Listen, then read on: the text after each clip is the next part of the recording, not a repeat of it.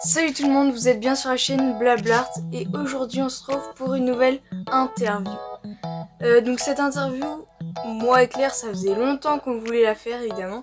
Et là, ce week-end, on a pu la réaliser, donc on est assez contente. On a donc interviewé Bruno, alias Bruno Graffeur, que vous connaissez sûrement. Tous ses réseaux sociaux sont en description. Et on vous affiche son Instagram juste ici. Voilà. Si vous connaissez pas, allez voir parce qu'il fait des choses incroyables. Donc voilà, on est super contente de ce tournage et on espère que ça va vous plaire. Et sur ce, je vous laisse avec l'interview.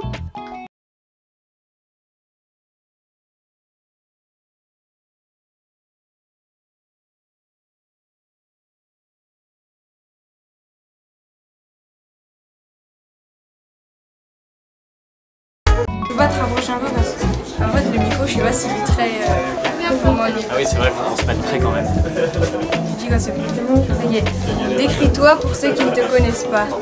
Pour ceux qui ne me connaissent pas, du coup moi c'est Bruno, donc alias Bruno Graffeur sur les réseaux sociaux. Et je fais des peintures, des customs, des explosions de couleurs comme ça dans tous les sens à chaque fois. Ça c'est mon style artistique, c'est ce que j'aime bien faire. Comme vous voyez du coup ce qu'il y a derrière et sur nos vêtements du coup finalement. Donc voilà. Depuis quand tu as cette passion et où est-ce que tu l'as découvert? Depuis quand j'ai une famille qui est quand même très artistique avec mon père qui dessine, mon frère aussi qui est artiste peintre, ma sœur qui fait 2-3 dessins et qui m'a appris 2-3 trucs aussi, et mon autre frère qui est luthier. Et luthier, donc c'est-à-dire il fabrique et il répare des instruments de musique. Donc voilà, c'est toute cette baignade artistique. Et même avec mes parents, on visitait beaucoup de musées. Donc voilà, je suis baigné là-dedans depuis que je suis tout petit. Et c'est ça qui fait qu'au final, tu commences à toucher au feutre quand tu es en maternelle, et en primaire ensuite, et au collège, tu as des cours d'art plastique. Donc finalement, tu t'arrêtes jamais. Qui t'inspire et te motive le plus et avec qui tu rêves de collaborer? J'en parle souvent quand même, c'est les youtubeurs Vex, Gox, Marco, ZHC qui m'inspirent beaucoup. Sinon je suis abonné à plein de gens sur Instagram et là je pourrais pas citer tout le monde. Il y a James Lewis, Philippe Pontone, Contact Draws et plein d'autres encore. Et du coup Jason Naylor aussi qui m'a donné l'idée de faire les petits cœurs là par exemple. Et comment dire, vraiment je me balade sur Instagram et je suis abonné que à des personnes qui me plaisent. Donc mon fil d'actualité sur Instagram c'est ma veille graphique finalement. As-tu un rituel que tu fais à chaque fois avant de dessiner, avant de faire ta passion? Un rituel. Oh là, justement ça serait ça, c'est zoner un peu sur Insta, savoir qu'est-ce qui se fait. Et comment dire, par exemple pour les Pokémon en ce moment c'est juste je regarde les commentaires pour voir qu'est-ce qu'on m'a donné. Comment dire,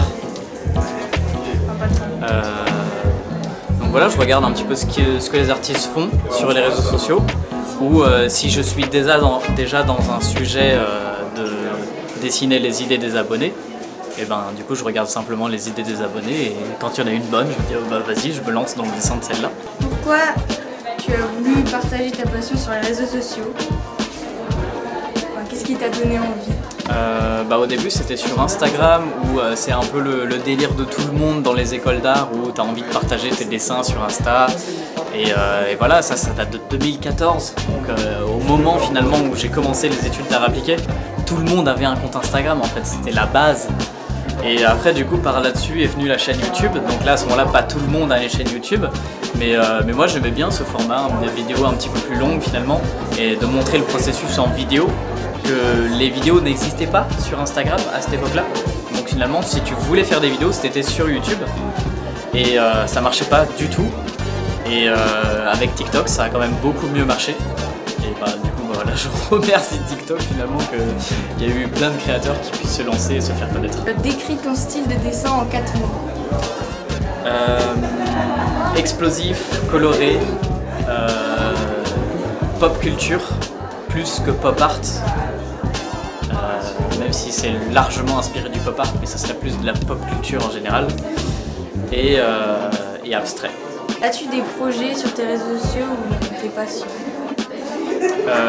Des projets, il y en a toujours un millier en même temps. D'ailleurs, c'est compliqué d'arriver à suivre tous les uns les autres. En ce moment, ça serait créer une carte Pokémon à mon effigie. Et ensuite, il y aurait 2-3 trucs. Ça va être la peinture d'une sculpture de Boteropop. Donc ça va être à Angers. Donc je vais aller à Angers peindre une sculpture de Boteropop. Sinon, j'ai pas tout en tête là, parce qu'il y a vraiment trop plein de trucs. Qu'est-ce que tu préfères réaliser dans ton métier d'artiste? Les customs, les trucages, les dessins? Ça, c'est la réponse cliché que je réponds tout le temps, c'est je m'ennuie très rapidement. Et donc pour moi, avoir plusieurs cordes à mon arc, plusieurs compétences, que ce soit en photographie, en peinture, en dessin digital, en custom, et du coup ça me permet de ne pas m'ennuyer dans un sujet, parce que je sais que si je fais un projet de photo, à la fin du projet de photo, j'aurais plus envie de faire de photo et j'ai envie de me diriger vers d'autres trucs. Et du coup, je kiffe faire plein de trucs, et j'aime pas un sujet en particulier. Est-ce que tu te souviens de ta première custom et si Ouais. oui, c'était laquelle? Ouais, je me souviens. C'était pour moi, j'avais pas du tout le budget de m'acheter une paire de sneakers. Même pour moi, j'achetais des paires à 20 balles, à 10 balles sur Vinted, et que je m'étais prévu ce genre de paire pour m'entraîner en custom. Mais du coup, c'est un peu arrivé en même temps à quelqu'un qui m'a commandé du coup une paire de custom de Air Force One.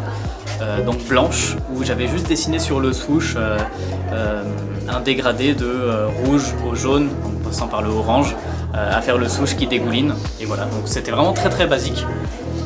J'étais payé 50 € pour ça, donc c'est vraiment pas beaucoup. Mais au moins, du coup, j'avais la sneakers qui était payée avec les frais de port. Et donc ça permettait de se lancer et d'essayer. Quel conseil donnerais-tu à quelqu'un qui voudrait être artiste indépendant comme toi? Se faire kiffer surtout, et dessiner en quantité et ne pas dessiner en qualité. Ou alors si tu dessines en qualité, tu vas pouvoir faire plusieurs vidéos sur un seul et même dessin. Alors que si tu dessines en quantité, par exemple avec les Pokémon parodies que je fais en ce moment, le dessin il me prend un quart d'heure, une demi-heure à faire maximum quoi. C'est vraiment quelque chose de très rapide, ou limite ce qui me prend le plus de temps, c'est de prendre en photo le dessin, de monter la vidéo, de le poster sur Instagram, ensuite tout ça. Mais le dessin en lui-même ne prend vraiment pas beaucoup de temps, et du coup c'est plus faire la quantité, et au moins tu peux voir qu'est-ce qui te plaît et qu'est-ce qui te plaît pas. Pour finir, est-ce que tu aurais des suggestions de comptes Instagram, TikTok, YouTube, des films ou des séries ou ce que tu veux quoi? J'avoue que séries, je regarde pas beaucoup de séries. En ce moment je suis en train de regarder Moon Knight et j'adore parce que du coup c'est l'univers Marvel. Tout ce qui est de l'univers Marvel en général je kiffe.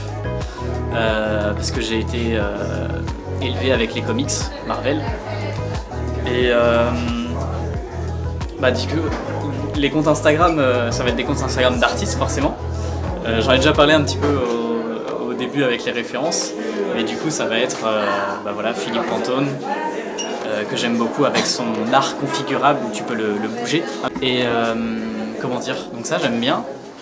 Et après il y a One Miser aussi qui est présent au Colors Festival.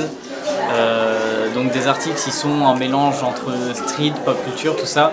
Mais vraiment il y en a beaucoup. Et je ne saurais pas citer un seul compte Instagram à suivre. Parce que pour moi il y en a vraiment plein. J'en suis 700 sur Insta. Et tous sont intéressants, vraiment tous. D'accord. Voilà. Merci beaucoup. Merci beaucoup à toi, ça me fait plaisir. Salut, cette interview est terminée. On espère qu'elle vous aura plu tout autant que nous. Elle nous a pu être réalisée. On remercie énormément Bruno Graffeur qui a pris le temps de réaliser cette interview pour nous. Et d'ailleurs, si vous souhaitez voir ce que Bruno Graffeur réalise ou si vous souhaitez le contacter, tous les liens de ses réseaux sociaux sont en barre d'infos. D'ailleurs, on a pu à l'occasion de cette interview qui était lieu au Color Festival, on met le site internet en barre d'infos. On a pu réaliser des photos avec Bruno, donc justement on vous le met juste là et juste là. Et il y avait même un de ses amis, IAM Vermex, sur les réseaux sociaux que vous connaissez sûrement, qu'on a déjà interviewé d'ailleurs sur cette chaîne YouTube. On vous met la miniature juste là, qu'on a pu aussi revoir, donc on vous met la photo juste là, donc c'était vachement cool. En tout cas, Vous voulez suivre toutes les aventures de Blablart, n'hésitez pas aussi à nous rejoindre sur nos réseaux sociaux qui sont en description. C'est là où on partage le maximum d'informations ou d'anecdotes ou de photos ou de vidéos en tout genre. Donc n'hésitez surtout pas à nous rejoindre, tous les liens sont en barre d'infos.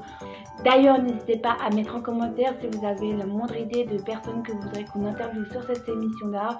Dites-le nous en commentaire, ce sera avec grand plaisir et peut-être que cette personne que vous voudrez qu'on interviewe sera dans une future vidéo. En tout cas, on vous remercie d'avoir regardé cette vidéo et on vous dit à la prochaine pour une future vidéo.